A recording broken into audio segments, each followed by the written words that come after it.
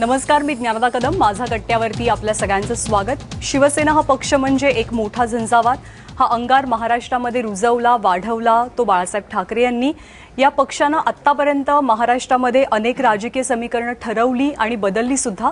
या मराठी अस्मिता जपणाऱ्या तिखट पक्षाचं सध्याचं नेतृत्व करणारे काहीसे मधुर, काहीसे मृदू, ज्यांच्या राजकीय चातुर्याबद्दलही अनेकदा प्रश्न उपस्थित केले जातात.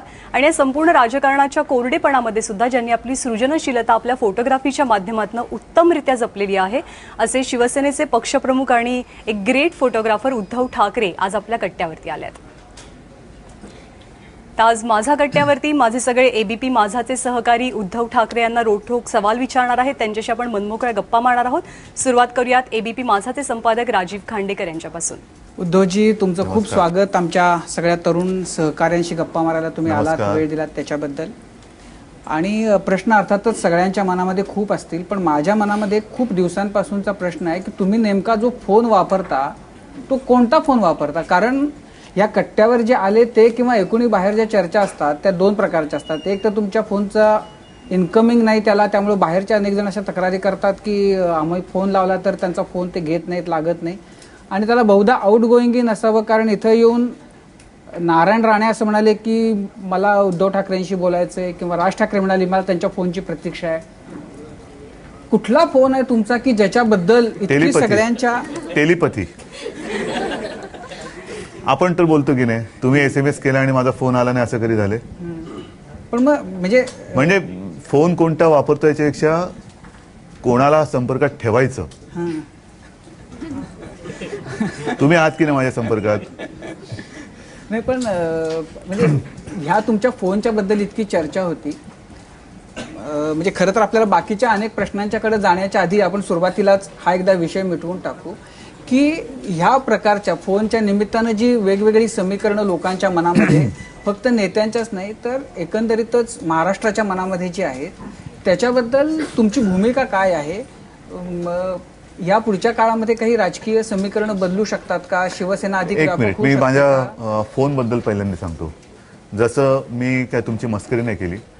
आपण ज्या वेळेला एकमेकाशी बोलतो त्यावेळेला तुम्हाला माहिती आहे की तुम्ही मला SMS पाठवलं की मी तुम्हाला कॉल बॅक करतो. हां, कदाचित ताबडतोबीने माझा फोन येत नसेल कारण मी कुठेतरी बिझी असेल. काही वेळेला मी फोन करतो, आपणही आपल्या कार्यक्रमात असता. पण साधारणतः मी गेली काही वर्ष म्हणा अशी पद्धत ठेवलेली आहे की SMS वरती मी काम करतो. असंख्य SMS मला येत असतात. बहुतेकांना उत्तर द्यायचा माझा प्रयत्न असतो. काही जणांना थेट माझं उत्तर गेलं नाही तरी समजा कोणी त्यांच्या व्यथा मांडल्या तर ती व्यथा ज्या व्यक्तीशी संबंधित असेल किंवा जी व्यक्ती ती सोडवू शकेल त्यांना मी तो जसा तसा फॉरवर्ड करतो की जेणेकरून त्यांचं काम होतं. आणि आता हे जग एवढं वेगाने पुढे चाललेलं आहे. SMS आहे, व्हॉट्सॲप वगैरे तर मी वापरत नाही कारण SMSलाच उत्तर देतात मला खूप हे जातो. त्याच्यानंतर मेल मी सतत चेक करत असतो. आणि रात्री झोपताना सुद्धा माझा मेलबॉक्स जो असतो तो एकदा चेक करतो. शक्य असेल तर रात्री सुद्धा मी त्यांना उत्तरं देतो. आणि मग आता हे सगळ्यांच्या बाबतीतलं झालं. तर ज्यांना कोणाला मला माझ्या फोनची अपेक्षा असेल त्यांनी मला SMS करावा, त्यांनी SMS पाठवावा. पण म्हणजे आता परत असंच की आपण तो जो ज्या विषयाची काही अंशी चर्चा यापूर्वी होऊन गेलेली आहे, पण एकदाच त्या सगळ्या विषयाला बंद करण्यासाठी शेवटचं म्हणून विचारतो मी तुम्हाला की ज्याच्याबद्दल कायम चर्चा होत आलेली आहे ते तुम्ही आणि राज ठाकरे किंवा दोन्ही पक्षांच्या जवळ येण्याच्या बद्दलचं, आणि ज्याच्याबद्दल सामन्यातून तुम्ही एकदा टाळीसाठी हात पुढे केला होता. आणि त्याच्याबद्दल असं मनसे किंवा राज ठाकरेंनी असं केलं की ह्या चर्चा वर्तमानपत्रातून होत नाहीत. एक मला फोन केला असता तरी विषय मिटला असता किंवा पुढे सरकला असतं. असं काही या पुढच्या काळामध्ये अपेक्षा महाराष्ट्रानं बाळगावी का? मला असं वाटतं की आता तरी मी त्याला फुल स्टॉप दिलेला आहे. त्यांनी पण मला वाटतं आपल्या इथे का आणखीन कुठे त्यांनी पण फुल स्टॉप दिलेला आहे. पुढे काय होईल पुढचं पुढे बघू. पण मला असं वाटतं की आत्ताची जी निवडणूक आहे ती निवडणूक आम्ही काय करतोय ह्याच्यापेक्षा आता शिवसेना भारतीय जनता पक्ष युती आहे, सोबत आता बाकीचे सगळे पक्ष आलेत, RP आलेले आहेत, धनगर समाज आलेले, जानकर आलेत, राजू शेट्टी आलेले आहेत. आणि आम्ही सगळे मिळून जनता अपेक्षा करते की बाबा तुमच्यावरती आम्ही विश्वास ठेवतोय, कारण ते तर मला दिसतंय प्रतिसाद जो मिळतोय. तर आम्हाला तुमच्याकडनं नेमकं काय अपेक्षा आम्ही करू, हा जो विषय आहे ना तो फार महत्त्वाचा आहे. बाकी या गोष्टी चालत असतात. मग तसं बघितलं तर प्रियांका आणि वरुण गांधी त्यांचं पण काही ना काहीतरी चाललेलं आहे, करुणानिधीचं कुटुंब आहे त्यांच्यात काहीतरी चाललेलं आहे, अशा अनेक गोष्टी चाललेल्या आहेत. तर मला वाटतं की कुटुंबात किंवा घरच्या विषयामध्ये आपण किती लक्ष घालायचं, त्याच्यापेक्षा जे चाललंय त्या प्रोसेस चालू दे, बघू पुढचं. पण मला आता खरं तर राणेंच्या बद्दलचं विचारायचंय तुम्हाला, पण मी थोडं ते नंतर विचारतो. पण मुळामध्ये आता तुम्ही जे म्हणालात की पण मला तुम्ही तर बोललात की तुम्ही प्रेक्षक म्हणून बसले तर हे प्रश्न विचारणार आहे. ते आता मी संपादक आहे त्यामुळे मी आधी जास्त बोलणार. मग आधी संपादक आहे की शिवसेनेमध्ये शिवसेना प्रमुख किंवा पक्ष प्रमुख असताना बाकी कोणी बोलतात का? पण इथं मी आता पक्ष प्रमुख पण मी असं कधीच बोललेलं नाही की बाकीचेच बोलतील आणि मी बोलणार नाही. कारण असं तर हे असं की मुळामध्ये म्हणजे युतीला या निवडणुकीमध्ये बरेच पक्ष या की पहिला तुम्ही बरोबर घेतले. मला याचं कारण कळलं नाही. म्हणजे खरं तर आत्ताची जी स्थिती होती ती भाजप आणि शिवसेनेला खूप अनुकूल अशी होती. मग असं असताना तुम्ही असे छोटे छोटे पक्ष घेऊन हे तुमचं डेस्परेशन होतं, स्वतःवरचा विश्वास कमी पडत होता. आता वातावरण तुम्हाला खूप अनुकूल दिसतंय म्हणून आता ठीक आहे की तुम्ही त्याच्याबद्दल काय म्हणू शकता. त्यावेळेला जेव्हा हे सगळं सुरू झालं त्यावेळेला कुठेतरी आत्मविश्वासाचा अभाव होता. इतकं वातावरण बदलेल असा अंदाज आला नव्हता त्यावेळेला? असं नाही, अंदाज नक्की होता. म्हणजे उगाच आता काहीतरी चांगले दिसते म्हणून खोटं बोलून काय होणार नाही आणि उपयोग पण नाहीये. परंतु एक गोष्ट लक्षात घ्या, जसं आमच्यासोबत रामदास आठवले आले, रामदास आठवलेंसोबत तो एक समाज, आम्ही त्याच्याबरोबर एक नातं जोडण्याचा प्रयत्न केलेला आहे. जो समाज कारण नसताना आमच्यापासून दूर राहिला. पूर्वीची जी काही गोष्टी असतील त्या झाल्या, आता त्या संपल्या. म्हणजे राजकीय नाही, अगदी मी बाबासाहेबांच्या वेळेचे म्हणतोय. पण कारण नसताना ही आपली मंडळी आपल्यापासून दूर राहत आहेत, गैरसमजामुळे दूर राहत आहेत. गैरसमज असतील आणि ते दूर झाले म्हणून एकत्र येतात तर आनंद आहे. राजू शेट्टींच्या बाबतीत पण मी हेच म्हणेन की मी स्वतः ह्या 5 वर्षाच्या आधीची जी काही एक सरकारची कारकीर्द होती त्यावेळेला शेतकऱ्यांसाठी रान पेटवलं होतं. आणि अशा वेळेला शेतकऱ्यांसाठी लढणारी एक ताकद सोबत येते.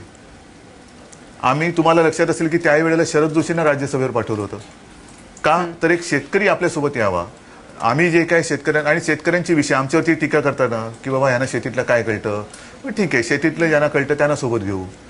करता करता धनगर समाज सोबत आलेला आहे, बरोबर आहे. त्याच्यानंतर ते आमचे शिवाजीराव ढवळे. पण मला ना म्हणजे मला हे जे तुम्ही आता म्हणताय ना असं धनगर समाज वगैरे, तर मला हे थोडंसं खटकतंय अशासाठी की शिवसेना ह्याच्यापासून कायम लांब राहिलेली आहे.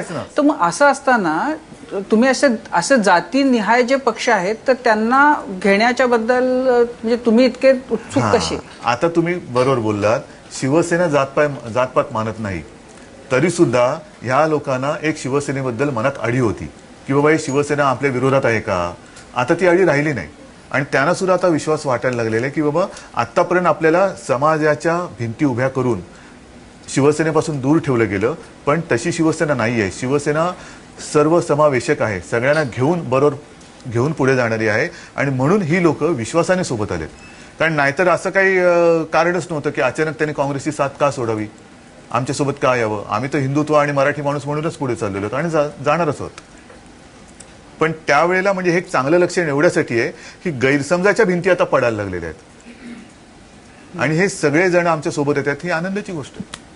आता विचारा सगळेजण. एक फोनवरनं मगाशी विषय निघाला, थोडासा वेगळा प्रश्न. तुम्ही मध्यंतरी कुठेतरी म्हणालात की सभा संपली की नकळत माझा हात खिशात जातो आणि वाटतं की साहेबांचा फोन येईल. बाळासाहेब प्रत्येक सभेनंतर फोन करायचे? आणि आता तुम्ही प्रश्न विचारल्यावरती सुद्धा मी त्या म्हणजे अक्षरशः माझ्या अंगावरती शहारा आला. विचारायचेच तसे ते.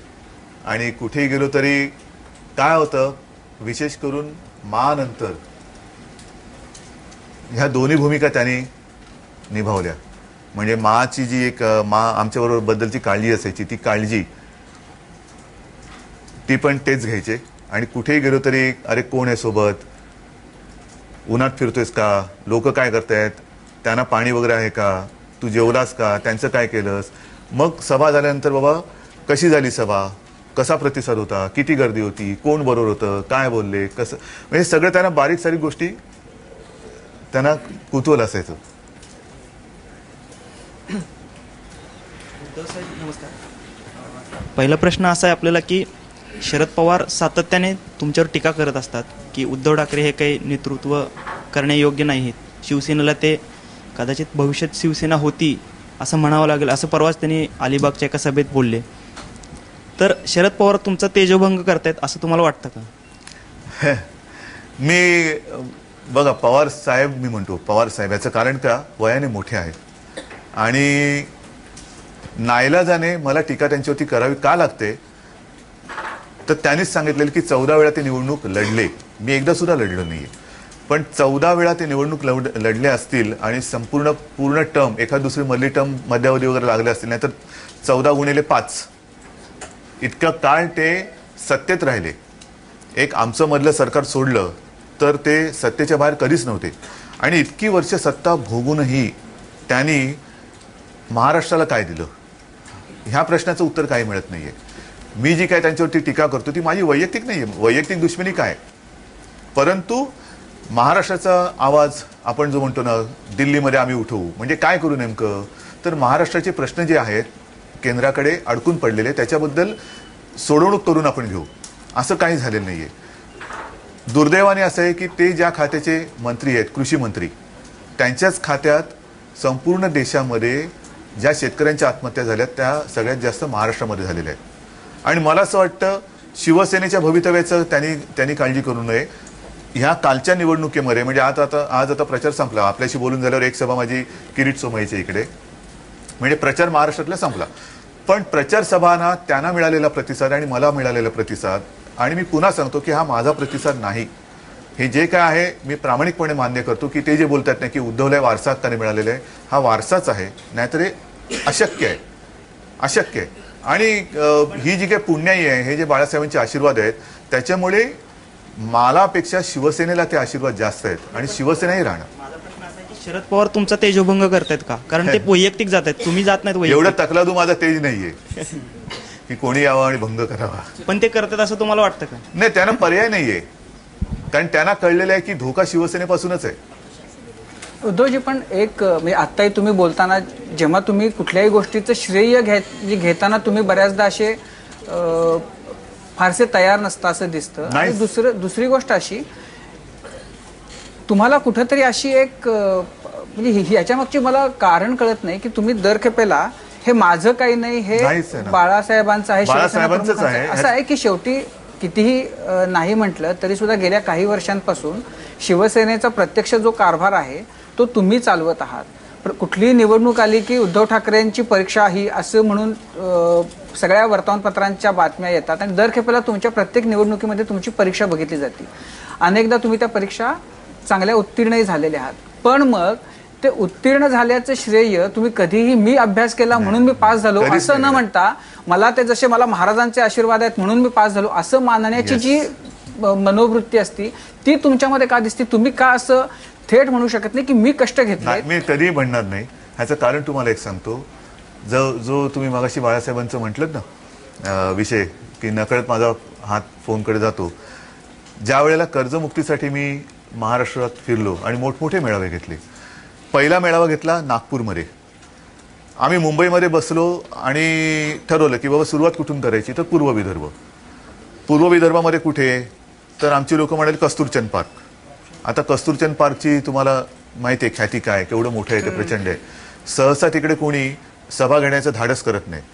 मी गेलो, मुंबईत ठरवली, सगळे कामाला लागले आणि गेलो तिकडे. तर मी गेलो त्यावेळेस तोपर्यंत असं होतं की इंदिराजी, अटलजी आणि बाळासाहेब शिवसेना प्रमुख आहेत. मला वाटतं तिघांच्या सभा तिकडे झाल्या होत्या, बाकी कोणाची हिंमतच झाली नव्हती. आदल्या दिवशी मी संध्याकाळी पोहोचलो, रात्री त्या मैदानावरती गेलो बघायला. तर ते मैदान बघितलं, माझ्यासोबतची लोक होते, काही मित्र होते, ते मला म्हणाले की आधी मैदानाची माहिती घेतली नव्हती का? तर म्हटलं का नाही, एवढं प्रचंड मैदान दिसतंय. म्हटलं त्याच्यात काय झालं, भरणार उद्या. दुसऱ्या दिवशी सुद्धा तिथले पोलीस कमिशनर आले आणि मला म्हणाले, सकाळी आले, मला म्हणाले उद्धवजी 10-15 हजार भी लोग आगे तो भी सक्सेस. म्हटलं आता सांगून काय उपयोग, म्हटलं 2 तासामध्ये काय ते होणार आहे. ज्या हॉटेलमध्ये मी राहिलो होतो माझ्यासोबत आदित्य होता आणि आदित्य म्हणाला बाबा आज तुझी सभा ही सॉलिड होणार. म्हटलं का रे? तो जेव्हा केव्हा मी खिडकीच्या बाहेर बघतोय ना तेव्हा मोठे ट्रक, बसेस, टेम्पो, जीप संपूर्ण खच्च भरून चालल्यात म्हणे मैदानाकडे, तुझी सभा सॉलिड होणार. मी त्याला म्हटलं, आदित्य लक्षात ठेव, ही माझी सभा नाही, ही तुझ्या आज्याची सभा आहे. माझ्यासाठी कोण येणार नाहीत, आज्यासाठी, म्हणजे तो आजा म्हणायचा, म्हणजे साहेबांसाठी येणार आहेत. हे सगळं झालं. सभा म्हणजे प्रचंड झाली, ओसंडून वाहत होतं मैदान. ते झाल्यानंतर त्या कमिशनरचा पण फोन आला, पत्रकारांचे फोन आले, उद्धवजी ये तो कमाल हो गया. मी आलो, घरी आलो, रात्री बाळासाहेबांनी विचारलं काय रे, कशी झाली सभा वगैरे वगैरे सगळं सांगून झालं. आणि मी न राहून ही आठवण, हा किस्सा सांगितला की असं असं झालं. आदित्य मला म्हणाला, बाबा तुझी सभा सॉलिड होणार. मी म्हटलं की ही माझी सभा नाही, तुझ्या आज्याची सभा आहे. त्याने मला थांबवलं. त्याला ही माझी सभा नाही, ही तुझ्या आजोबांची सभा आहे. आणि मला म्हणाले, उद्धव नेहमी एक लक्षात ठेव, हे जे काय सगळं आहे ना, ही आपल्या पूर्वजांची पुण्याई आहे. त्यांचे आशीर्वाद जर का आपल्या मागे उभे नसते तर मी कोण आणि तू कोण, आपल्यासाठी लोक काय येणार. आणि कधी म्हणे लक्षात ठेव की मी कोणी नाही, मी शून्य आहे. ज्या क्षणी तुला वाटेल की तू सगळं करतोय त्या क्षणी तू संपलास. त्याच्यामुळे जे काय आहे ते पूर्वजांचे आशीर्वाद, आणि त्यांचे आशीर्वाद घेऊन मी पुढे चाललेलो आहे. उद्धवजी मला आणि भाजपच्या आत्याच्या मनसे आणि भाजप या दोघांच्या आत्याच्या रिलेशन संदर्भात मला प्रश्न विचारायचा आहे. जसं एखाद्या बिझनेसमध्ये पोट अग्रीमेंट केलं जातं तिघा पार्टनरचं, तर तसं भाजपनं मनसेशी आणि मनसेनं भाजपशी पोट अग्रीमेंट केलंय का, राजकीय पोट अग्रीमेंट, असं तुम्हाला वाटतं का? अग्रीमेंट कोणाच्या मध्ये सही होते, कोणाकोणामध्ये सही होते अग्रीमेंट करायचं झालं तर? दोन मेन पार्टनरमध्ये नाही, मेंबर नाही, दोन कंपन्यांचा बिझनेस पार्टनरमध्ये दोन कंपन्या आहेत. तर त्या कंपन्यांचे कोणत्या पदावरचे डायरेक्टर किंवा मालक ना. मग ते काल नरेंद्र मोदी पण बोलले, राजनाथ सिंह पण बोललेले आहेत.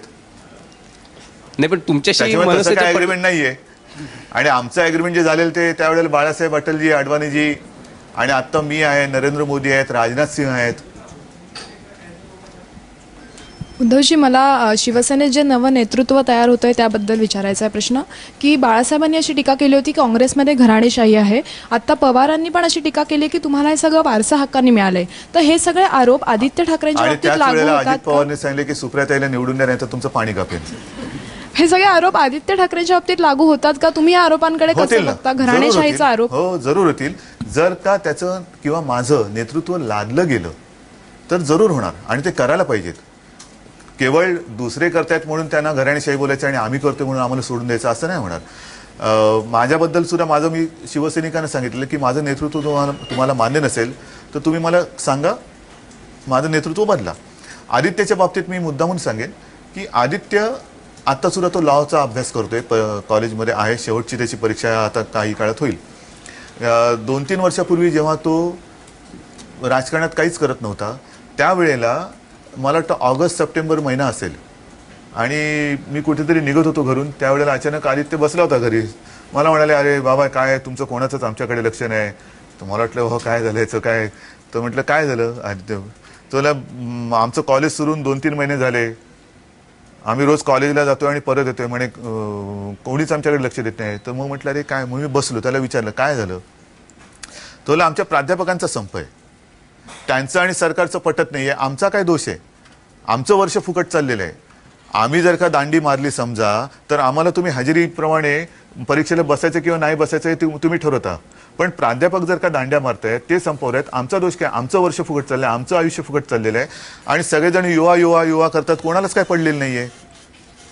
तर मी म्हटलं अरे हे जरा गंभीर आहे. म्हटलं मग काय करू. नाही तू काहीतरी कर. मग मी मुद्दामून त्याला म्हटलं मी नाही काय करणार. तुला मग सगळे मित्र माझ्यावरती असं म्हटलं, ते मग तू कर ना काय ते करायचं ते. मग काय करू. राज्यपालांना जाऊन भेटू का. जा भेट.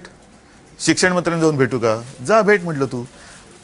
हा गेला, भेटला, आणि काही का असेना, त्याच्यामुळे असेल कशाहीमुळे असेल, तो विषय संपला. आणि त्याच्यानंतर मुलं त्याच्याकडे यायला लागली. आता माझं म्हणणं आहे की आदित्यला एक नेतापेक्षा आदित्यला एक मित्र म्हणून ते बघतायत. आणि त्याच्यानंतर सिनेटची जी इलेक्शन झाली, या सिनेटच्या इलेक्शनमध्ये मी काहीही लक्ष दिलेलं नव्हतं. म्हणजे खरं ते मी सांगतो, आदित्य, युवा सेना आणि त्यांची सगळी ती मित्रमंडळी, म्हटलं तुम्ही लढा, तुम्हाला जर का मुलं स्वीकारत असतील तर कळेल मला. आणि राजीवजी खरंच सांगतो, मला अभिमान वाटतो, 10 जागांपैकी 8 जागा कदाचित मुंबईच्या इतिहासात पहिल्यांदी एक कोणती युवा संघटना जिंकली. 9वी जागा सुद्धा थोडक्यात गेली. आणि हे पूर्ण जे काही आराखडे असतील, आणखीन काही योजना असतील आदित्य आणि त्याच्या मित्रांनी केल्या. आता माझं काय म्हणणं, आदित्य म्हणणार की माझं काही नाही, माझे वडील त्यांचे पण नाही. म्हणेल ना, म्हणेल. पण म्हणून मी म्हटलं ना की आम्ही गादी चालवतोय का आम्ही परंपरा चालवतोय. कारण माझे आजोबा सुद्धा, तुम्हाला सगळ्यांना माहिती आहे, प्रबोधन कारखाना म्हणायचे, त्यांनी सुद्धा जी त्यावेळेला समाज सुधारणेची बीज महाराष्ट्रामध्ये रोवली, त्या विचारातून शिवसेनेचा जन्म झाला. मग त्यांनी त्यावेळेला तर त्यांनी ज्या काही हाल अपेष्टा भोगलेल्या आहेत, म्हणजे तेव्हा तर एक गोष्ट त्यांनी सांगितली की कष्ट करायला लाजू नका. आणि काही वेळेला तर त्यांनी पनवेलमध्ये जेव्हा आम्ही म्हणजे मी नव्हतोच तेव्हा, ते लहान असताना राहायचे, तेव्हा अक्षरशः टांग्याच्या पाट्या पण रंगवलेल्या आहेत. त्यावेळेला मी भीक नाही मागणार, मी कष्ट करेन. आणि असं करत मग त्यांनी नाटकं केली नाहीत, नाटकं लिहिली. आणि ती व्यावसायिक नव्हती, समाज सुधारणेची होती. मग त्याच्यावरनं पण त्यांच्यावरती खूप टीका झाली. म्हणजे बाळासाहेब सांगायचे की त्यावेळेला त्यांच्या घरावरती मेलेली गाडू आणून टाकायची दारामध्ये, त्यांची नाटकं होऊ द्यायची नाहीत वगैरे, बऱ्याच गोष्टी त्यांनी सोचलेल्या आहेत. पण जे मला पटतंय, जे लोकांना आवश्यक आहे तेच मी बोलणार आणि तेच मी करणार. उद्धवजी, बाळासाहेबांचा जो झपाटा होता तो आम्ही पाहिला, सगळ्या महाराष्ट्रानं तो अनुभवला. पण आम्हाला त्यांच्या स्वीय सहाय्यकाचं किंवा पीएचं नाव माहिती नव्हतं. आता शिवसेनेत कुठलाही निर्णय झाला बरा वाईट तर तुमच्यासोबतच मिलिंद नार्वेकरांचं पण नाव येतं. तर नेमकं काय रोल आहे हा त्यांचा? रोल मी मागे सुद्धा सांगितलेलं आहे की कोणी, आणि मी प्रामाणिकपणाने बोलतोय की कोणी मिलिंद जे काय कामं करतोय, जी काय कामं म्हणजे पुन्हा तुम्ही म्हणाल हे काम करतो, ते तसं नाही. स्वीय सहाय्यक म्हणा किंवा आणखीन काही म्हणा, हे करण्याची कोणाची तयारी असेल तर मी मिलिंदला एबीपी माझामध्ये पाठवतो, तुम्ही मिलिंदच्या जागी या. तुम्ही मिलिंदला आता म्हणजे इतकी वर्ष झाली, मिलिंदला आता तुम्ही प्रमोशन द्या ना, म्हणजे देतो ना, एबीपी मध्ये पाठवून देतो. तुम्ही त्याला माझा म्हणा. पण असा एखादा राजकीय प्रश्न की जेव्हा तुम्हाला सल्ला घेण्याची वेळ येते, की कुणाचा तरी सल्ला हवा असं वाटतं, तेव्हा तुम्ही मिलिंद नार्वेकरांचा सल्ला पसंत करता की रश्मी ठाकरेंचा? नाही, महत्वाचा प्रश्न आहे. मी 5-10 मिनिटं शांत बसतो आणि जे मला सुचतं ते मी करतो. कुणाचाही सल्ला घेत मी अजिबात कोणाचा सल्ला ऐकत नाही. आणि जे माझ्या मनाला पटतं ते मग कोणी किती सांगण्याचा प्रयत्न केला तरी मी बदलत नाही. आणि अनेकदा माझा अनुभव असा आलेला आहे.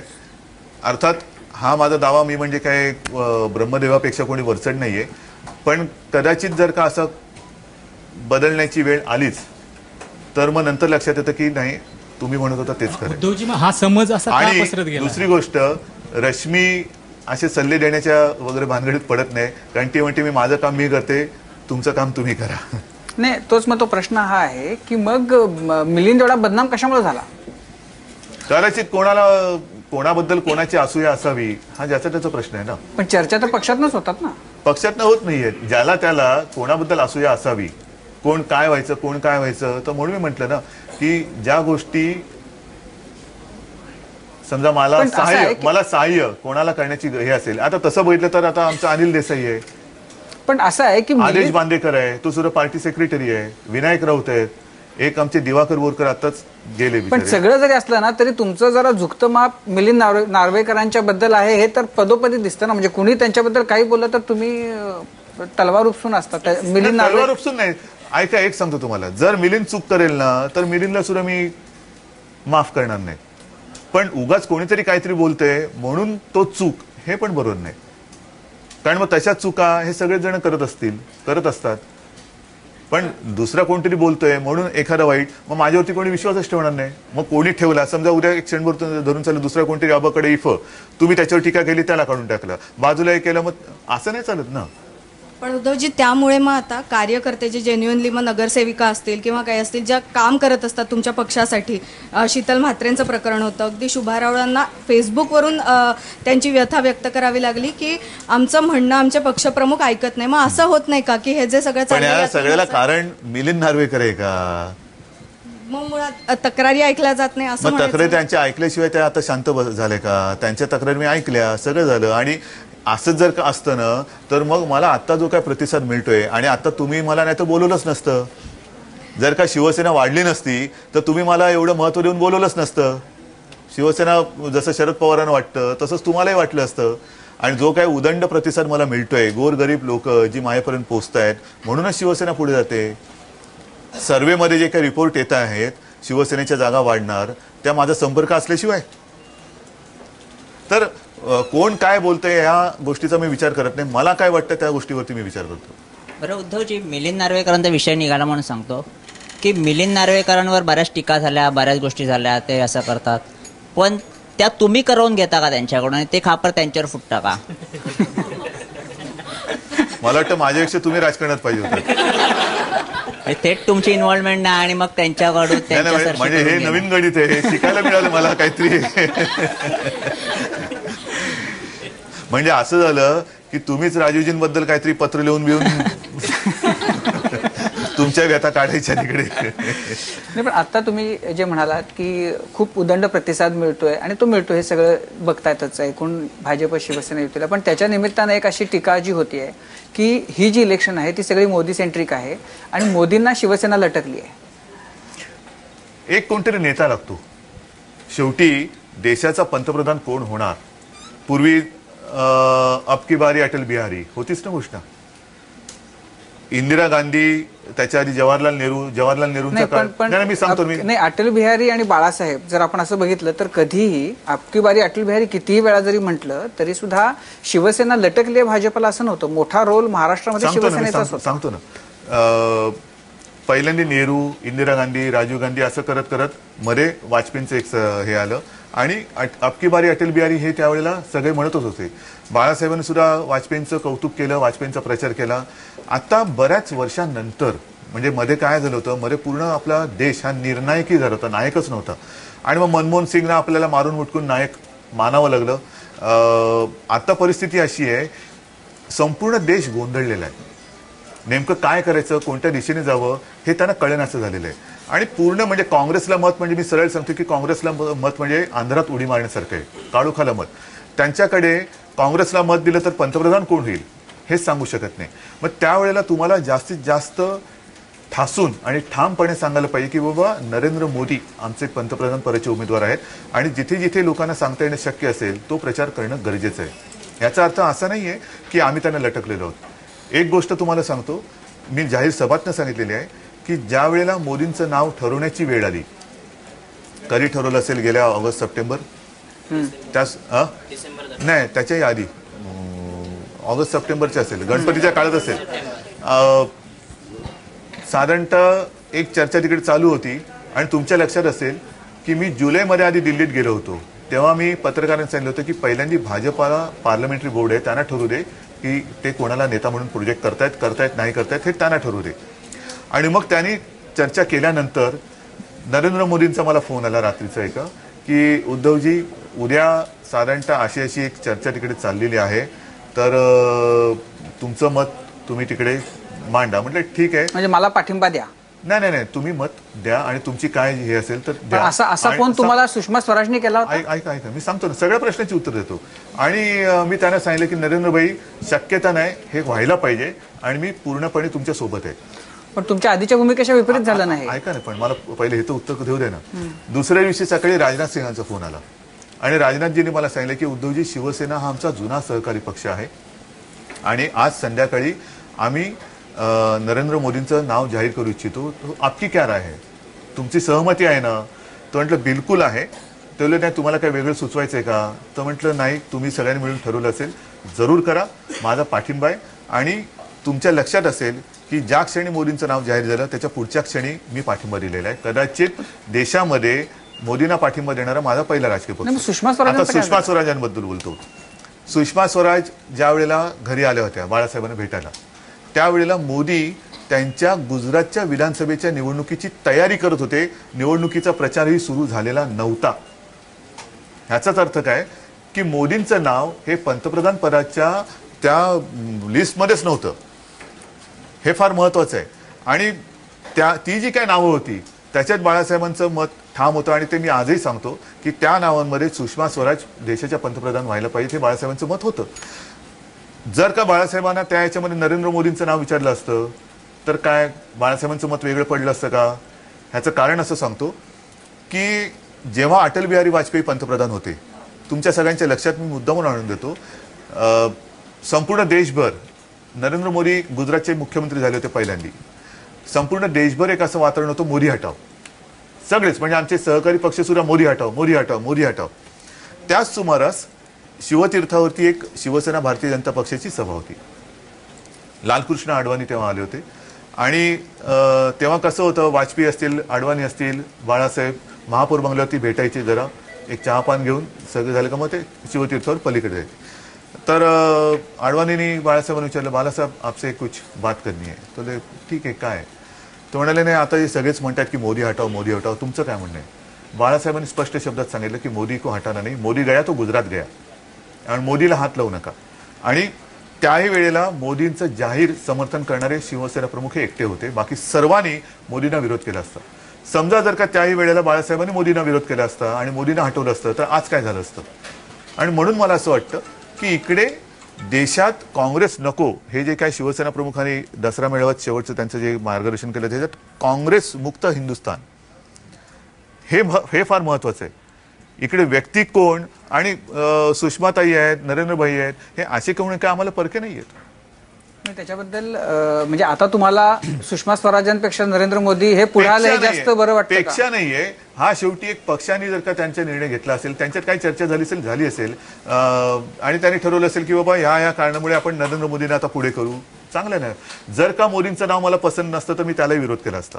नाही, याच्याबद्दल महाराष्ट्रातला एक पक्ष प्रमुख पक्ष जो या निवडणुकीमध्ये आहे तो आहे मनसे, आणि त्या मनसेचे नेते राज ठाकरे असं म्हणतात की हे तर सगळे आता नरेंद्र मोदींना पाठिंबा देत आहेत, मी 3 वर्षांपूर्वी तसं एका ज्योतिषाने त्यांना लहानपणीच सांगितलं होतं की मोदी पंतप्रधान होणार. हे पण पेपरमध्ये आलेलं आहे. तो लहानपणीच बोलला होता की हा पंतप्रधान होणार आहे, त्यांच्या मित्रांनी सांगितले. तर नाही, मी सांगतो असं तुम्हाला. तर नाही म्हणजे खोटं बोललो का मी? हे वाचलत ना तुम्ही? मी उगाच काहीतरी मला असं माझ्या मस्करी ठीक आहे, पण खोटं नाही बोलणं. पण म्हणजे असं की जेव्हा त्यांना आक्षेप घेतला गेला तेव्हा ते म्हणतात की मी आधीपासून सपोर्ट केला, तर आता तुम्ही विरोध कशाला करतात? द्रष्टेपणा आधी दाखवला. चांगली गोष्ट आहे. पण कालच्या सभेमध्ये नरेंद्र मोदींना संधी होती, खरं तर आमचा मनसेला अजिबात पाठिंबा नाही आणि त्यामुळे शिवसेनेला मायलेज मिळालं असतं, पण ते मिळालंच ना. त्यांनी त्यांनी टाळलं कसं? उगाच कारण नसणाऱ्या गोष्टी बोलण्यात अर्थ नाही. कमळ आणि धनुष्यबाण कोणाच्या निशाणे आहेत? पण इंजिन नको असंही ते नाही म्हणाले. असं मग आणखीन कोण नको? सगळ्या निशाणे घेऊन तुम्हाला बसवलेलं. काय काही ठिकाणी ते एवढे मोठे मोठे बॅलेट पेपर आहेत, मग हे नको ते नको ते नको हे नको असं करत बसलं कुठे बसणार? पण इतरांची तुलना होऊ शकत नाही इंजिन. नाही, असं नाही. शेवटी त्या उंचीवरती गेल्यानंतर तुम्ही अगदीच त्यांना गल्ली बोळात आणायला लागला तर चूक आहे.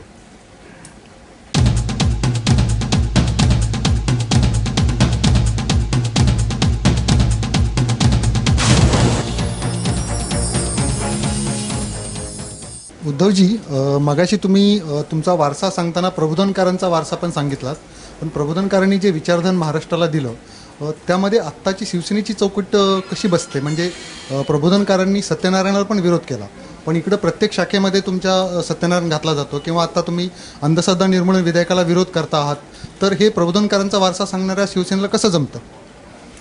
प्रबोधनकार हे नास्तिक नव्हते, हे मी पहिल्यांदा सांगू इच्छितो.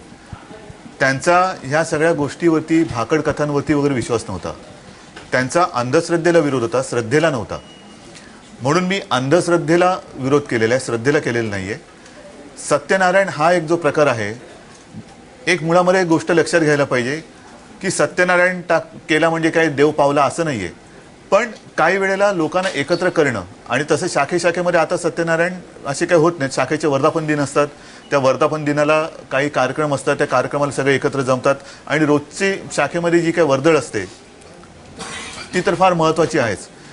जो मी विरोध केला अंधश्रद्धा निर्मूलन, अंधश्रद्धा हा शब्द पहिला मी काढायला लावलेला आहे आणि अघोर विद्या आणि जादूटोणा ह्याला मी त्याला पाठिंबा दिलेला आहे, म्हणजे ते काढण्यास, समाजातून नष्ट करायला. पण ते करताना अजूनही जर का अंधश्रद्धा म्हणून आपल्या श्रद्धेला जर का कोणी हात लावणार असाल, आता देव आहे की नाही, कोण आहे म्हणेल कोण नाही म्हणेल, तर ज्यातनं काही वाईट घडत नाहीये. अघोर विद्या, जादूटोणा, नरबळी वगैरे वगैरे ह्या फार निर्गुण गोष्टी आहेत आणि त्या संपल्याच पाहिजेत, त्याच्याबद्दल दुमत नाहीच. पण ते करताना जर का कोणी आमच्या श्रद्धेला हात लावत असेल तर त्याला माझा विरोध आहे. आणि म्हणून सत्यनारायण असेल, आता गणपती आहे, गणपतीच्या वेळेला गणपती उत्सव लोकमान्याने का सुरू केला, तर एक चळवळ उभी राहिला. आत्ताचं सुद्धा जे स्वरूप आहे, मी अनेकदा सांगितलेलं आहे की लोकमान्यांनी सणाची चळवळ केली, आपण चळवळीचा उत्सव केला. चळवळीचा उत्सव केला.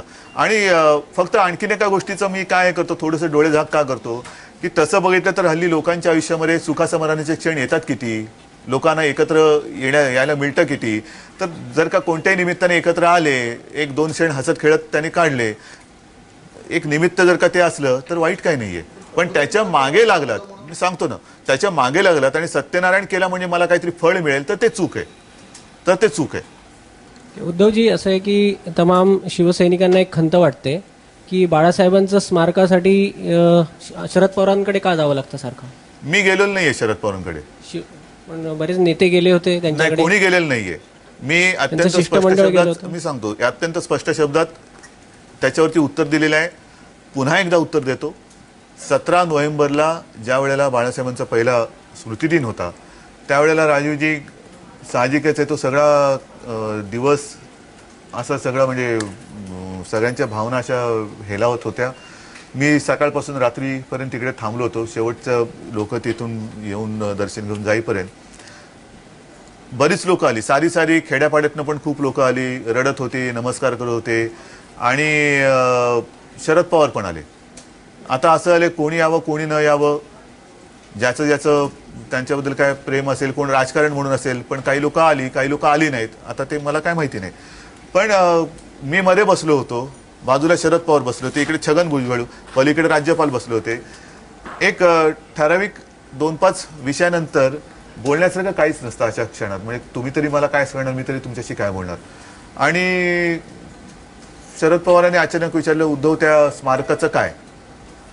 म्हटलं स्मारकाचं काय. मी म्हटलं कोणाहीकडे हात नाही पसरणार, कारण आज सरकार राज्यात आणि केंद्रात, महापालिका आमच्याकडे, पण महापालिका स्वतःचं काही एखादं भूखंड दिलाय किंवा असं काय केलं करायला गेलो तर पुन्हा माझ्यावर टीका करणार, बघा हे स्वतःसाठी भूखंड ढापतायत. तर मला या गोष्टीत पडायचं नाहीये. जर का कोणी करणार असेल तर ते वादाशिवाय व्हावं, ही माझी भूमिका आहे. पण मी कोणाकडे उंबरठे झिजवतोय माझ्या, म्हणजे ठीक आहे जनतेसाठी शिवसेना प्रमुख, हिंदू हृदय सम्राट, पण माझ्यासाठी वडील आहेत माझे. मी पहिल्यांदा त्यांना माझ्या वडिलांच्या आणि पित्याच्या रूपात मी बघितले. माझ्यासाठी ते सर्व काही आहेत. तर त्यांच्यासाठी मी कोणाकडे हात पसरलाय आणि उंबरठे झिजवले, माझ्याकडनं होणार नाही. आणि मी त्यांना म्हटलं की मी तुमच्याकडे येणार नाही, मी कोणाकडे हात पसरणार नाही. मग मी पाहू का काहीतरी. म्हटलं तुमची इच्छा, बघणार असेल तर बघा. मग काय करू, कोणाला घेऊ, छगनला घेऊ का. म्हटलं एक काम करा, तुम्ही आमच्याकडनं जेवढी माणसं घेतलेत ना त्या सगळ्यांनाच घ्या, कारण त्यांना कळेल की बाळासाहेब किती मोठे होते, म्हणून ते तुम्हाला सांगतील. मग म्हणाले मग समाजातल्या प्रमुख लोकांना घेऊ का त्या कमिटीमध्ये. तर म्हटलं बघा, तुम्ही जर पुढाकार घेत असेल तर तुम्ही काय करायचं ते करा, मला काय त्याच्यात बोलायचं नाहीये. आणि असं करून ते सुरू झालं. मी काय त्यांच्याकडे स्मारकाची जागा मागायला गेलो नाही आणि मी जाणार नाही. शिवसेनेवर एक असा आरोप होतो की निष्ठावंत शिवसैनिकाला डावलून बाहेरून आलेल्याला उमेदवारी दिली जाते. मग ते वाकचौऱ्यांच्या बाबत असू दे किंवा कोल्हापूरचे संजय मंडलिक असू दे. गजानन कीर्तीकर कधी आले शिवसेनेत, राहुल शेवाळे कधी आला, अरविंद सावंत कधी आला, प्रतापराव जाधव कधी आले, चंद्रकांत खैरे कधी आले, हे सगळे जे आहेत, भावना गवळी कधी आल्या, अगदी सुनील प्रभू आपले महापौर कधी आले. जे आमदार आमचे निवडून आलेले आहेत, जे खासदार आहेत, त्यांच्यामध्ये सुद्धा तुम्ही टक्केवारी बघा, त्याच्यात किती शिवसेनेत जन्मापासूनचे शिवसेने, म्हणजे शिवसेनेच्या सुरुवातीपासूनच्या काळामध्ये ते शिवसेनेत असलेले आहेत. उद्धवजी, तुम्ही मघाशीच म्हणालात की रश्मिताईकडून तुम्ही कोणतेही राजकीय सल्ले घेत नाही, पण आता रश्मिताई प्रचारामध्ये दिसत आहेत. शीतल म्हात्रे प्रकरणात त्यांचं नाव समोर आलं होतं, किंवा मागच्या दसरा मेळाव्यात त्या संतप्त शिवसैनिकांना शांत करताना दिसल्या होत्या. शिवसेनेमध्ये रश्मिताईंचा नेमका रोल काय आहे? एक नक्की सांगतो की मी जी काय माझी वाटचाल करतोय त्याच्यामध्ये ती सदैव माझ्या सोबत असते, सदैव मला साथ देते. पण कधीही मी अमुक एक गोष्ट करावी असा तिचा आग्रह नसतो. मला मदत कशी करता येईल हे ती सदैव पाहत असते. म्हणजे ठीक आहे, ह्या गोष्टी हे टेन्शन घेऊन मी पाहते, पण मी काय करावं, असं कर तसं कर, हे असं सल्ले ती देत नाही. हां, माझ्या परीने काय करता येईल हे ती करत असते. पण त्या पॉलिटिकली ऍक्टिव्ह होतील का? मला नाही वाटत तिचा तसा तो स्वभाव आहे. पण मदत करताना आता तुम्ही बघितलं ना, प्रचाराला ठीक आहे, काही बिल्डिंग आहे, जाते बोलते त्यांच्याशी. उद्धवजी, मला असा प्रश्न विचारायचा आहे की तुम्ही आता म्हणालात की भाजप आणि शिवसेना एकमेकांशी एकनिष्ठ आहेत, तर मग आताची सध्याची काही उदाहरणं पाहता भाजप असे काही निर्णय घेते. मी अग्रीमेंट बोललो, तुम्ही अग्रीमेंटचा प्रश्न विचारला म्हणून. बरं, महायुतीत दोन्ही पक्ष एकत्र आहेत, पण भाजप काही निर्णय असे घेते की महायुतीतल्या इतर पक्षांना ते विश्वासात न घेता काही निर्णय घेते, जसं की राज गडकरी भेट, मुंडेंचा पाठिंबा. भाजपचा निर्णय नव्हता, गडकरींचा होता. मी म्हणून पक्ष बोललो, म्हणून मी अग्रीमेंट या शब्दावरती बोललो तुमच्याच. मग असं कुठेतरी नाही वाटत नाही, पण त्यावेळेला मला जे बोलायचं ते मी बोललेलो आहे आणि त्याच्यानंतर सगळं ते करेक्शन झालेलं आहे.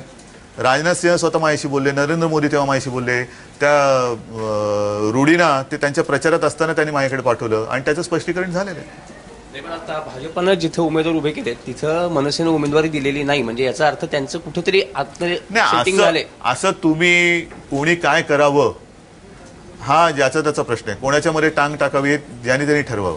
आणि आता एक तुम्हाला नक्की सांगतो की शेवटी मराठी माणूस असेल आणि एकूणच आपल्या देशातला नागरिक असेल, या सगळ्या गोष्टींना आता उबगलेलं आहे. त्यांना कुठेही आता मजबूत सरकाराशिवाय दुसरं कोणी जर का मध्ये येणार असेल तर त्याला ते मतं देतील असं मला वाटत नाही. आणि आपण जर का जसं काल मोदींनी सांगितलं की जिथे जिथे धनुष्यबाण आहे तिकडे धनुष्यबाण आणि जिथे जिथे कमळ आहे तिथे कमळ, या पलीकडे इकडे तिकडे बघू नका असं त्यांनी कल्याणला पण स्पष्ट शब्दात सांगितलं. तर याचाच अर्थ असा की तुम्ही म्हणा मगाशी जे काय बोललात, देशामध्ये मोदीची लाट आहे, देशामध्ये मोदींची हवा आहे, पण ज्यांना मोदी हवा आहे ते इकडे तिकडे मत देणार नाहीत, कारण आपलं मत दुसरीकडे दिलं तर ते फुकट जाणार, ते निवडून तर येणार नाही. मग येणारा माणूस पडला आणि पुन्हा जर का काँग्रेसवाला डोक्यावर बसला तर येणे माझ्या मागल्या. आणि काय लोक एवढी दूधखुळी समजू नका, ते कदाचित एकदा बिचारी फसू शकतील पण सारखी नाही फसत. नाही, ते तुमच्या हातामध्ये मला शिवबंधन दिसतंय, पण ते इतकं सैल काय? त्याची गाठ पक्की आहे. गाठ पक्की असली तर बंधन घट्ट असेल नसेल त्याला काय महत्व हे नाहीये. माझी गाठ पक्की आहे. त्याच्या निमित्ताने बऱ्याच चर्चा झाल्या होत्या की त्या शिवबंधनाची मुळात गरज काय, अशी का उद्धव ठाकरेंवर वेळ आली की त्यांना अशा शपथा घेऊन ते बंधन? नाही, शपथ नाही, सांगतो तुम्हाला. माझ्या आयुष्यात तर बाळासाहेब हे सर्वस्व, कारण आपली संस्कृतीच पितृदेवोभव मातृदेवोभव आहे आणि सगळ्यांच्याच बाबतीत, मी काय असं वेगळं कोण नाही, सगळ्यांच्याच आयुष्यामध्ये आई वडील म्हणजे सगळं काही असतं. आणि मी स्वतःला खरंच भाग्यवान समजतो. एक तर मी त्यांच्या पोटी जन्माला आलो, हे माझं किती जन्मीचं भाग्य मला माहिती नाही. आणि त्याच्यानंतर सगळ्यात जास्त सलग सहवास बाळासाहेबांचा मला लाभला. म्हणजे मी एक कदाचित जर का आठवतो आता, मी लालबाग का परळला एक लिहिलेलं होतं वाक्य, हा, ज्यांनी देव पाहिला ते संत आणि ज्यांनी बाळासाहेबांना पाहिलं तो भाग्यवंत. तर मी सगळ्यात जास्त भाग्यवंत आहे, मला त्यांचा सलग सहवास लाभला. आणि त्यांचा पहिला तो म्हणजे पूर्वी वाढदिवस जो आम्ही जोरात साजरा करायचो तो 23 जानेवारी. आणि मी असं ठरवलं होतं की त्या दिवशी म्हणजे बाळासाहेबांची एक सुद्धा आठवण अशी असता कामा नये की जिथे शिवसैनिक त्यांच्या आठवणीने व्याकुळ होईल आणि तो खचेल. उलट त्यांच्या आठवणीने तो आणखीन प्रेरणा घेऊन उठला पाहिजे आणि पुढे गेला पाहिजे. मग त्या दिवशी मी असं ठरवलं की सगळ्यांनी एकत्र जमूया. आणि त्यांनी म्हणजे नेहमी मी असं सांगतो की एका माणसाने एवढी प्रचंड संघटना उभी केली, प्रचंड सगळं इतिहास घडवला. एक माणूस इतक्या जणांचं काम करू शकतो, तर एवढी सगळी माणसं एका माणसाचं काम करू शकतील की नाही, हा एक माझ्या मनातला प्रश्न आजही आहे. आणि मला खात्री आहे की बाळासाहेबांकडनं प्रेरणा घेतलेला शिवसैनिक हा शिवसेना, जी बाळासाहेबांनी जन्म दिला शिवसेनेला, ती शिवसेना तो नक्कीच एक पाऊल तरी पुढे नेईल. उद्धवजी, दसरा मेळाव्याला ज्येष्ठ शिवसेनेचे ज्येष्ठ नेते मनोहर जोशी यांना व्यासपीठ सोडून जावं लागलं आणि त्यावेळेस अनेक घोषणा झाल्या त्यांच्या विरोधात. त्याच्याबद्दल त्यांना दुःख आहे अजूनही.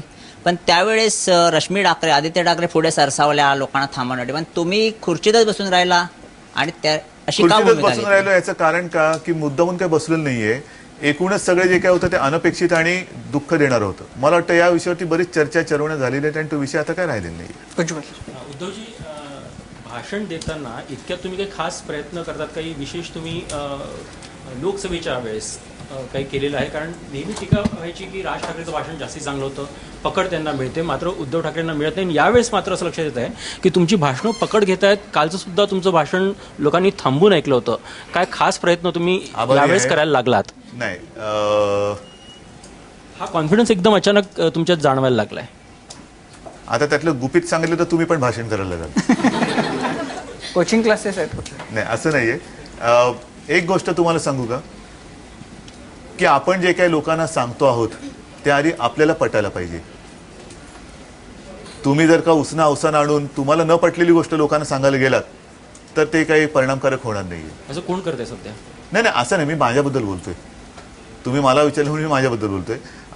आणि ते जर का तुम्ही प्रामाणिकपणाने बोललात तर लोकांना ते पटतं. म्हणजे मी त्या दिवशी बघितलं ना, मला तुम्ही पाहिलं असेल की सुरुवातीला जेव्हा मी सभा माझ्या झाल्या त्यावेळेला सत्कार स्वीकारत होतो. कोण कोण मोठमोठे हार घालायचे, आम्ही सगळे लोक त्या एका हारात. आता काल पण ते केलं, ठीक आहे. पण त्याच्यानंतर मी हार तुरे घ्यायचं थांबलो, स्वागत घ्यायचं थांबलो. मी नंतरच्या कुठल्याही सभेत घेतलं नाही. ह्याचं कारण का, मला असं जाणवलं की बाबा माझ्या समोर बसलेला शेतकरी आहे आणि तो शेतकरी आज दुःखात आहे. आता काल परवाकडे पण पुन्हा गारपीट झालेली आहे, त्याचं आयुष्य उद्ध्वस्त झालेलं आहे. काही लोकांनी तर आत्महत्या केलेल्या आहेत. आत्महत्या केलेल्या शेतकऱ्यांची मुलं बाळं किंवा त्यांच्या दुर्दैवाने विधवा आपण म्हणावं लागतंय, अशा कोणी समोर बसले असतील आणि त्यांच्यासमोर मी हार कसा स्वीकारू? एक जो शेतकरी मी नेहमी सांगत आलेलो आहे की नाशिकला जेव्हा गेलो होतो, काल परवा नाही, गेल्या 15 दिवसापूर्वी एक 4-5 शेतकरी आले आणि त्याच्यात एक होता तो मुंडण करून आला होता, काय बोलत नव्हता. जो दुसरा बोलत होता तो तर रडतच होता की साहेब आता आत्महत्या करण्याशिवाय पर्यायच नाही. तर त्याला समजवताच मला पंचायत येत होती की समजावू तरी काय. मग त्याची ओळख करून दिली आणि मला सांगितलं की साहेब हा जो शेतकरी आहे ह्याचे वडील पण शेतकरी होते. शेतातनं निघत असताना गारपीट सुरू झाली आणि मारा एवढा प्रचंड होता की त्यांना कुठे हलताच आलं नाही. गारपिटीच्या माऱ्यातच तिथल्या तिथे ते पडले आणि गेले. म्हणजे कसं काय तुम्ही आपण विचार करू शकतो की घरातनं समोर सगळं पीक दिसतंय, माणूस जातो, येताना गारपीट म्हणजे अकल्पित आहे. गारपिटीच्या माऱ्यात माणूस जाऊ शकतो हे अकल्पित आहे. उद्धवजी, विदर्भाने शिवसेनेला कायम भरभरून दिले. म्हणजे लोकसभा असो विधानसभा असो मोठ्या प्रमाणात प्रतिनिधित्व करतात विदर्भातले. पण विदर्भाचा जसा मुंबईचा विकास झालाय, पुण्या मुंबईचा, तसा विदर्भाचा विकास झालेला नाहीये. त्यामुळे मोठे लोंढे पुण्या मुंबईकडे येतात.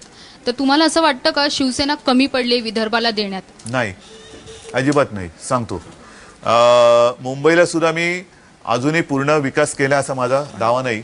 एक गोष्ट फक्त नक्की राजूजी, माझं प्रॉमिस राहिलेलं आहे आणि ते मी पूर्ण करणार, मी विसरलेलं नाहीये. मुंबई महापालिकेच्या आधी मी तुमच्या स्टुडिओत आलो होतो आणि मी तुमच्या समोर सगळ्यांना सांगितलं होतं की महापौर बंगल्याच्या हिरवळीवरती तुम्हाला मी पार्टी देणार. ती मी पार्टी देणारे विसरलेलो नाहीये मी. मुंबईबद्दल सुद्धा मी पूर्ण विकासाचा दावा का नाही करत, कारण मुंबई महापालिकाही आमच्या ताब्यात आहे. बरोबर आहे, जनतेने सलग 4थ्यांदा आमच्याकडे दिले, फार मोठं त्यांचं प्रेम आहे. पण मुंबई महापालिकेवरती मी तेव्हाही बोललो होतो, आजही बोललोय आणि आता केंद्रात सरकार आल्यानंतर मला ह्या काही गोष्टी बदलायच्या आहेत. त्या म्हणजे मुंबईतनी जेवढा कर दिल्लीत जातो त्याच्या बदल्यात मुंबईला काही मिळत नाही, महाराष्ट्राला काही मिळत नाही. आणि तरी सुद्धा महापालिकेच्या अखत्यारीत जे काही अधिकार आहेत त्या अधिकारात आम्ही काम करत असतो. तसंच सलग एखादा अधिकार विदर्भाकडनं आम्हाला मिळालं नाही, काही कारणं असतील. सातत्याने आमदार आमचे असे काही ठिकाणी निवडून आले, खासदार निवडून आले, मला पोहोचवण्यात कमी पडतात. ऐका नाही, खासदार निवडून आले, याही वेळेला सगळे खासदार येणार. आमचे खासदार तिकडे सातत्याने प्रश्न उपस्थित करतात, हेच मला सांगायचंय. पण विरोधी पक्षाचा खासदार असल्यामुळे त्यांची दखल घेतली जात नाही. किंबहुना जर का तुम्ही माझ्या विरोधी पक्षातले असाल आणि तुम्ही प्रश्न विचारताय मला किंवा आवाज उठवताय, तुमचं जर का काम केलं तर माझ्यापेक्षा तुम्ही जास्त लोकप्रिय होणार, म्हणून तुमचे प्रश्न मी पाडून ठेवायचे. महत्वाचा मुद्दा काय की ज्या वेळेला शिवशाहीचं सरकार महाराष्ट्रामध्ये होतं त्यावेळेला नितीन गडकरींपासून चांगली लोक आणि त्यांना चांगली खाती सरकारमध्ये आम्ही दिली होती त्यांना. त्यावेळेला नितीन गडकरींनी काम केलं होतं की नव्हतं? जे काही आमचे शिवशाहीचे मंत्री तिकडे होते, विदर्भातून निवडून आलेले, त्यांनी विदर्भासाठी काम केलं होतं की नव्हतं? आता प्रश्न असा आहे की त्याच्यानंतर आमचं सरकारच गेलं. आणि दुर्दैव असं जे मी म्हटलं की आपल्याकडे हा जो काही पक्षपात आहे, इकडे सुद्धा सत्ताधारी पक्षाच्या आमदारांना भरघोस निधी दिला गेला, त्याच्यासाठी आमचे रवींद्र वायकर कोर्टात गेले आणि आता ते रद्द झालं. नाहीतर हा जो काही उघड पक्षपात होतो की की आपल्या पक्षाच्या आमदारांना खासदारांना झुकतं माप आणि विरोधी पक्षांनी काय विचारलं की ते पाडून टाकायचं, उलट ते लोकांमध्ये अप्रिय कसे होतील हे दाखवायचं. हा फार वाईट प्रश्न आहे. पण मग लोकसभेत जर तुमचं सरकार आलं तर तुमचे काय ठोस असे हे असणार आहेत विदर्भाच्या विकासासाठी? नक्कीच आहे ना, नक्कीच आहे. आमच्या प्रत्येक उमेदवारांनी त्यांच्या मतदारसंघापुरता सुद्धा वचननामा केलेला आहे, त्यांच्या मतदारसंघापुरता पण केलेलं आहे. आणि विदर्भाचे कित्येक पक्ष आहेत, प्रश्न आहेत, जसं पूर्ण महाराष्ट्राचेच आहेत, मराठवाड्याचे प्रश्न आहेत, कोकणाचे प्रश्न आहेत, उत्तर महाराष्ट्र, मुंबईचे आहेत ना. अपूर्वाचा छोटासा प्रश्न घेऊन आपण ब्रेक घेऊया. सर, मला हे जाणून घ्यायचं आहे की तुमची एक वेगळी ओळख म्हणून एक फोटोग्राफर, ग्रेट फोटोग्राफर म्हणून तुम्ही ओळखले जाता, आणि त्या फील्डकडे तुम्ही कसे वळालात आणि त्याची काही खास आठवण आहे का? मूळचा मी कलाकार, कारण माझे वडील सुद्धा व्यंगचित्रकार, त्यांच्यामुळे तेच माझे चित्रकलेतले व्यंगचित्र सुद्धा मी काही काळ काढत होतो. पण कलेतले माझे ते गुरु. आणि सुरुवातीच्या काळामध्ये मी सुद्धा व्यंगचित्र काढत होतो, मार्मिकमध्ये ती प्रसिद्ध झाली होती. परंतु माझा ओढा पहिल्यापासून फोटोग्राफीकडे होता. आणि कॅमेरा ज्या वेळेला माझ्या हातात आला त्यावेळेला मला आता वाईट वाटतं, पण माझ्या हातातला ब्रश बाजूला पडला. आणि आता मी ज्या वेळेला शक्य असेल त्या वेळेला माझी फोटोग्राफी एन्जॉय करतो. आणि मी कोणाला काही वाटू दे, पण माझी फोटोग्राफी मी काही सोडणार नाही. उद्धव सर, आता बाळासाहेबांच्या निधनानंतर तुमची पहिलीच निवडणूक आहे, म्हणजे तुमच्या नेतृत्वाखाली तुम्ही निवडणूक लढवता. किती आव्हानात्मक आहे तुमच्यासाठी? आव्हान तर आहेच, परंतु मी स्वतः असं मानत नाहीत की बाळासाहेब आमच्यासोबत नाहीत. हे मानणं न मानणं जे असतं. आणि म्हणूनच मी पहिल्यांदा प्रश्नाला उत्तर देताना बोललो ना की नकळत आजही माझा हात फोनकडे जातो. आणि साधारणतः माझ्या मनामध्ये नेहमी अशी एक हे असते, आदरयुक्त भीती, की बाबा मी वेडवाकडं काही बोललो तर ते आजही मला माफ करणार नाहीत. उद्धवजी, बाळासाहेबांचं एक तत्व होतं की गद्दारांना पक्षात स्थान नाही. मात्र आता मोहन रावलेंची हकालपट्टी झाली आणि त्यानंतर त्यांना पुन्हा पक्षात घेण्यात आलं, तर त्याबद्दल तुमचं काय म्हणणं आहे? काय झालं, ही काही लोक जी आहेत ना, उदाहरण मोहन आहे. आता मी त्यावेळेला सभेत सुद्धा सांगितलं की मोहन माझ्याहून वयाने मोठा आहे, पण तरी देखील मी त्याला आरुतुरे करतो. कारण आम्ही अगदी सुरुवातीचं जर का राजूजी शिवसेना पाहिली ना तर पोलीस वगैरे असे कोणी सोबत नसायचे. पण ही काही तेव्हा मुलं, म्हणजे आता मुलं म्हटलं तर हसाल तुम्ही सगळे लोक, कारण मी पण त्या वयाचा नाही राहिलेलो, पण ही सगळी मुलं आमच्या घरात असायची. मोहन होता, मग त्यावेळेला श्याम नायडू, मनोहर नायडू, कित्येक लोक. आणि आमच्या सोबत आम्ही म्हणजे एक खेळतच आम्ही मोठे झालेलो. मग मोहन आम्हाला त्यावेळेला बॉक्सिंग शिकवायचा, मग तो गार्ड कसा घ्यायचा वगैरे वगैरे. आणि मला एका गोष्टीचं नेहमी आश्चर्य वाटलं की हा मोहन असा कसा काय वागतोय, मोहन असा कसा वागू शकतो एवढा घरातला. आणि मग त्यांनी ज्या वेळेला एक निरोप पाठवला माझ्याकडे की झालं आता काय करता येईल, म्हटलं ठीक आहे ये भेटायला. मग तो आला, नाही माझ्याकडनं चूक झाली, मला काय झालं कळलं नाही. म्हटलं ठीक आहे चल जाऊ दे, पुन्हा वेडेपणा करू नको, चल काम कर आता. तर काय होतं, मी त्याही वेळेला बोललो होतो की ही सगळी घरातली माणसं, आणि त्याला झाला पश्चाताप, झालं चल सोडून दे. नाही पण उद्धवजी, पण तो नाही सांगतो, पण त्यांनी त्यावेळेला तो बडबड केली त्याने, पण त्याने असा वेगळा लगेच दुसऱ्या पक्षात जाऊन काहीतरी गेला तो, पण खूप काहीतरी चालू ठेवलं बडबड करणं, हे नाही केलं त्यांनी, किंवा स्वतःला काहीतरी पाहिजे म्हणून तिकडे काहीतरी केलं असं नाही केलं. नाही पण ही जी तुमची सहानुभूतीची भावना जी आहे मोहन रावलेंच्या बद्दलची, बाकीही जे गेले ते असेच तुमच्या घरातलेच होते, म्हणजे ज्याचा तुम्ही बॉडीगार्ड सारखे जे होते, श्रीकांत परत आलेला आहे, नाही माझं म्हणणं, तर त्यांच्याबरोबर मग अशी भावना, अशी भूमिका, हे एक प्रकारचं बेरजेचं जे राजकारण आहे हे या पुढच्या काळामध्ये तुम्ही म्हणजे ज्यांच्याबद्दल अपेक्षा, म्हणजे जे शिवसेनेतनं गेले बाहेर, जर आपण बघितलं तर आज महाराष्ट्रामध्ये जेवढे प्रमुख चेहरे वेगवेगळ्या पक्षांमध्ये दिसतात, मग ते छगन भुजबळ असतील, नारायण राणे असतील, आणि जर समजा आता आपण अशी कल्पना केली की ही सगळी मंडळी शिवसेनेबरोबर आहेत, तर शिवसेनेची टीम म्हणजे ऑस्ट्रेलियाची टीम एकेकाळची जशी होती तगडी, तशी टीम ती दिसती. तर ह्या प्रकारचं बेरजेचं राजकारण तुम्हाला करावंसं का वाटत नाही? त्याच्यामध्ये काय अडकाठ्या येतात? दोन गोष्टी आहेत. एक तर जसं मी म्हटलं की मोहन सारखी पश्चातापाची भावना त्यांच्या मनात खरोखर आली असेल का, बाबा आता शिवसेना संपवण्याचा आम्ही प्रयत्न करून पाहिला पण तरी शिवसेना संपत नाही आणि इकडे माझं काही चालत नाही, मग शिवसेना होती ती बरी होती असे म्हणून कोण आले तर ते चूक आहे. ह्या लोकांनी, म्हणून मी म्हटलं ना, श्रीकांत सरमळकर परत आला, जयवंत परत आले, अत्यावशी गौरीशंकर खोत आले, आणखीन काही लोक आहेत, मोहन परत आला, हे सगळे शिवसैनिक. यांनी कधी एका लिमिटच्या बाहेर तिकडे जाऊन म्हणजे मला मुख्यमंत्री व्हायचंय, मला मंत्री व्हायचंय, आता भोगलं, पण 10 वर्ष 15 वर्ष मंत्रीपद भोगून झालं, आता तिकडे काय राहिले नाही, आता काँग्रेस राष्ट्रवादी बुडते, शिवसेना भाजपा सत्तेवर येते, मग पश्चाताप झाला आणि शिवसेनेत आला.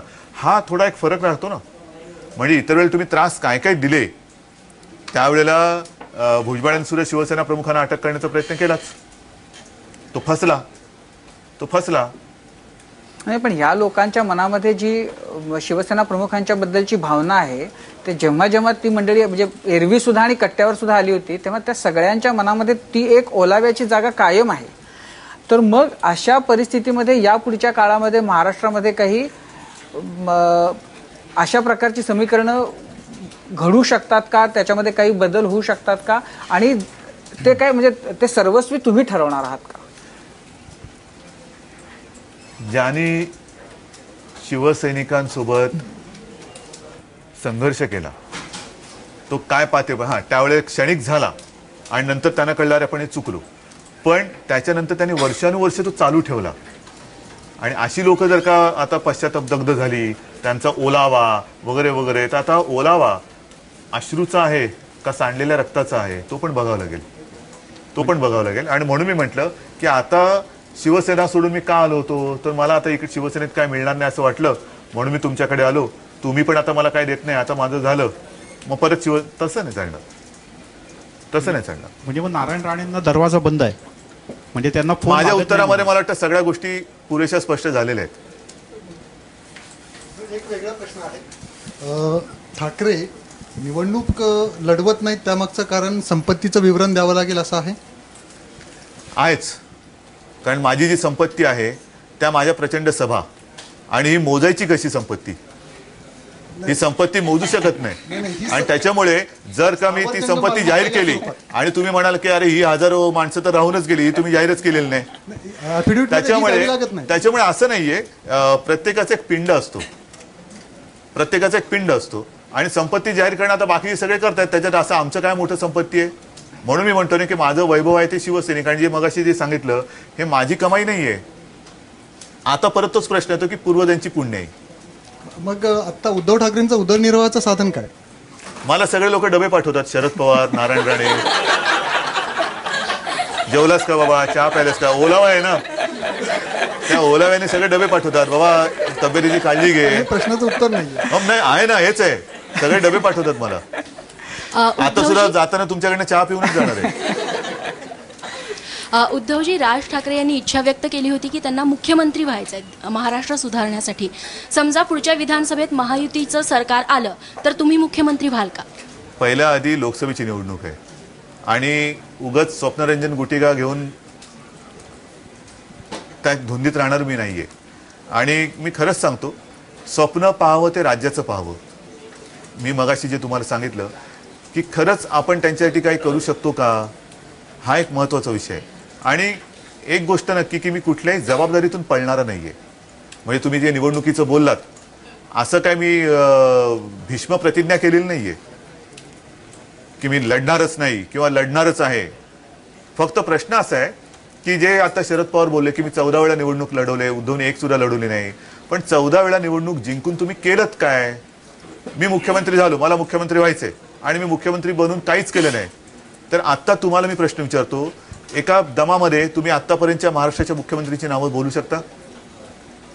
मग उपयोग काय मुख्यमंत्री तुम्ही होऊन? तर असं केवळ माझं वैयक्तिक स्वप्न घेऊन मी काय करतोय अशातला भाग नाहीये. तर ते आता तुम्ही बोलताना की मी मुख्यमंत्री व्हायची इच्छा आहे असं राज ठाकरे म्हणाल, तर त्याच्याबद्दल तुम्ही म्हणालात की स्वप्नरंजनाची गुटिका घेऊन धुंदीत राहणाऱ्यांपैकी म्हणजे ते आहेत असं त्याचा असं नाही. असे अनेक लोक आहेत. मी केवळ त्याच्याबद्दलच काही बोलावं, राजाबद्दल बोलायचं आणि दुसऱ्या कोणाबद्दल असं नाही माझं. म्हणजे माझ्यासमोर काय तो टार्गेट म्हणून मी त्यांना धरत नाही. पण काही जण शिवसेनेतनं मुख्यमंत्री बनू म्हणून सुद्धा गेलेली आहेत.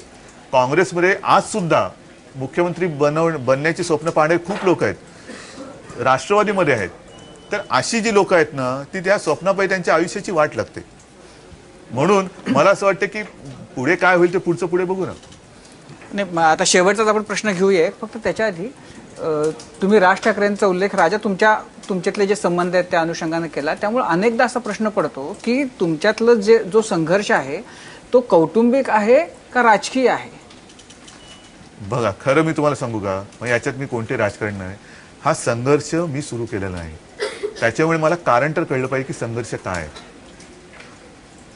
आहे. तर म्हणून मी उगाच बसून काहीतरी बोलणं, म्हणजे दरवेळेला काय होतं की प्रत्येक वेळेला तुम्ही मलाच प्रश्न विचारता, एकत्र येणार का एकत्र. अरे बाबा, मी जागेवरच आहे, मी कुठे गेलोय? मी गेलेलोच नाही ना. त्याच्यामुळे मला तुम्ही का विचारता की एकत्र येणार की नाही येणार, संघर्ष थांबणार की नाही थांबणार, काय मी सुरूच केलेला नाही येतो. उद्धवजी, आपल्या सभांमध्ये इतिहास, शिवशाहीचा इतिहास बराच सांगितला जातो. इतिहास सांगणं लोकांना चांगलं आहे, मतदारांना सांगणं चांगलं आहे, पण एखाद्या सभेत, प्रत्येक सभेत तो इतिहास सांगणं कितपत योग्य आहे आणि ते का सांगितलं जातं शिवसेनेच्या सभांमध्ये? जो इतिहास विसरतो ना त्याला भवितव्य नसतं. हे फार महत्वाचं आहे. आणि शिवसेना प्रमुख जे नेहमी सांगायचे की इतरांना भूगोल आहे, आपल्याला इतिहास आहे, आणि आपण कोण आहोत, आपल्यावरती ज्याला संस्कृती म्हणतो, संस्कार म्हणतो, ते नेमके कोणाचे आहेत, हे ह्या पुढच्या ज्या पिढ्या आहेत त्या, आता आपल्याला कोणी इतिहास सांगितला? आपल्या आधीच्या पिढीने. आता आपली जबाबदारी आपल्या पुढच्या पिढीला तो सांगायला पाहिजे. नाहीतर एक जमाना असेल की नुसते पुतळे दिसतात, पण बाबा ही माणसं कोण आहेत, कोण होती, कशासाठी यांचे पुतळे लावले? प्रत्येक सभेत तसं होत नाही, पण जिथे गरज आहे तिकडे मला द्यायलाच पाहिजे आणि मी देणार. कारण मला इतिहासाचा एक अभिमान आहे, सार्थ अभिमान आहे. आणि इतिहासाचा अभिमान नाही बाळगायचा तर मग काय या काँग्रेसवाल्यांचा बाळगायचा? उद्धवजी, राज ठाकरेंनी त्यांच्या काकाकडून म्हणजे बाळासाहेबांच्याकडून अनेक गुण घेतलेत, तर आदित्यला तुम्ही काय सांगाल की त्यांच्या काकाकडून कोणते गुण घ्यायला? कळल्यावरती सांगेन. विचार करायला लागेल. नाही, जे गुण त्याचे आहेत ते आहेत. तो उत्तम व्यंगचित्रकार आहे हे तर आहेच. त्याच्यामुळे तसं काय, बघा, ज्या गोष्टी राजकीय विरोधकांच्या ज्या काही चांगल्या गोष्टी असतील, दुर्दैवाने आता ते राजकीय विरोधकात तो जाऊन बसला, पण त्यांच्याकडनं घ्यायला पाहिजे. जसं शिवसेना प्रमुख हे उत्तम वक्ते होते. आता वक्ता हा शब्द वेगळा, पण ते शिवसैनिकांशी किंवा लोकांशी संवाद साधायचे. आणि ज्या वेळेला त्यांना प्रश्न विचारला जायचा की तुम्ही एवढं चांगलं भाषण करता, तर तुम्ही कोणाकडनं शिकलात? आता शिकणं बिकणं हे कधी शिकून भाषण होत नाही, पण ते नेहमी सांगायचे की प्रबोधनकार म्हणजे माझे आजोबा, त्यांचे वडील आचार्य आत्रे आणि डांगे. आता डांगे आणि आत्रे आणि प्रबोधनकार हे एक जमान्यात खूप घनिष्ठ मित्र होते, पण दुर्दैवाने नंतर त्यांचा फार पराकोटीचा वाद झाला. ते फार वाईट तो कालखंड होता. आता त्याच्यात सुद्धा आत्रे आणि ठाकरे वाद हा महाराष्ट्रभर गाजला, पण तरी देखील आमच्या मुलांच्या मनावरती आत्रे हे मोठेच होते हे संस्कार त्यांनी केले. म्हणजे त्यांचा वाद तो कधी आमच्या मनावर नाही लागला. त्यांनी आत्रे मोठेच होते, आत्र्यांकडनं शिकण्यासारख्या खूप गोष्टी होत्या, आणि जे घडलं ते दुर्दैव होतं. आता डांगेंबद्दल सुद्धा जे बाळासाहेब सांगायचे की मोठा मिश्किल माणूस, त्यांच्या डोळ्यातच तो मिश्किलपणा दिसायचा, आणि बोलायला लागला की म्हणजे त्यांच्याकडनं मी शिकलो. तर जे चांगलं आहे ते शिकलं पाहिजे. नाही, मला असं वाटतं की आपल्याकडे आता खूप प्रश्न आणखीन खूप असतील, पण उद्धवजी, मी सगळ्यांच्या वतीनंच तुमचे आभार मानतो आणि तुम्हाला शुभेच्छा देतो. आभारी आहे, धन्यवाद. असंच प्रेम असू द्या. जय हिंद, जय महाराष्ट्र. तर माझा कट्ट्यावरती आज आपण इथेच थांबतोय. बघत रहा ABP माझा.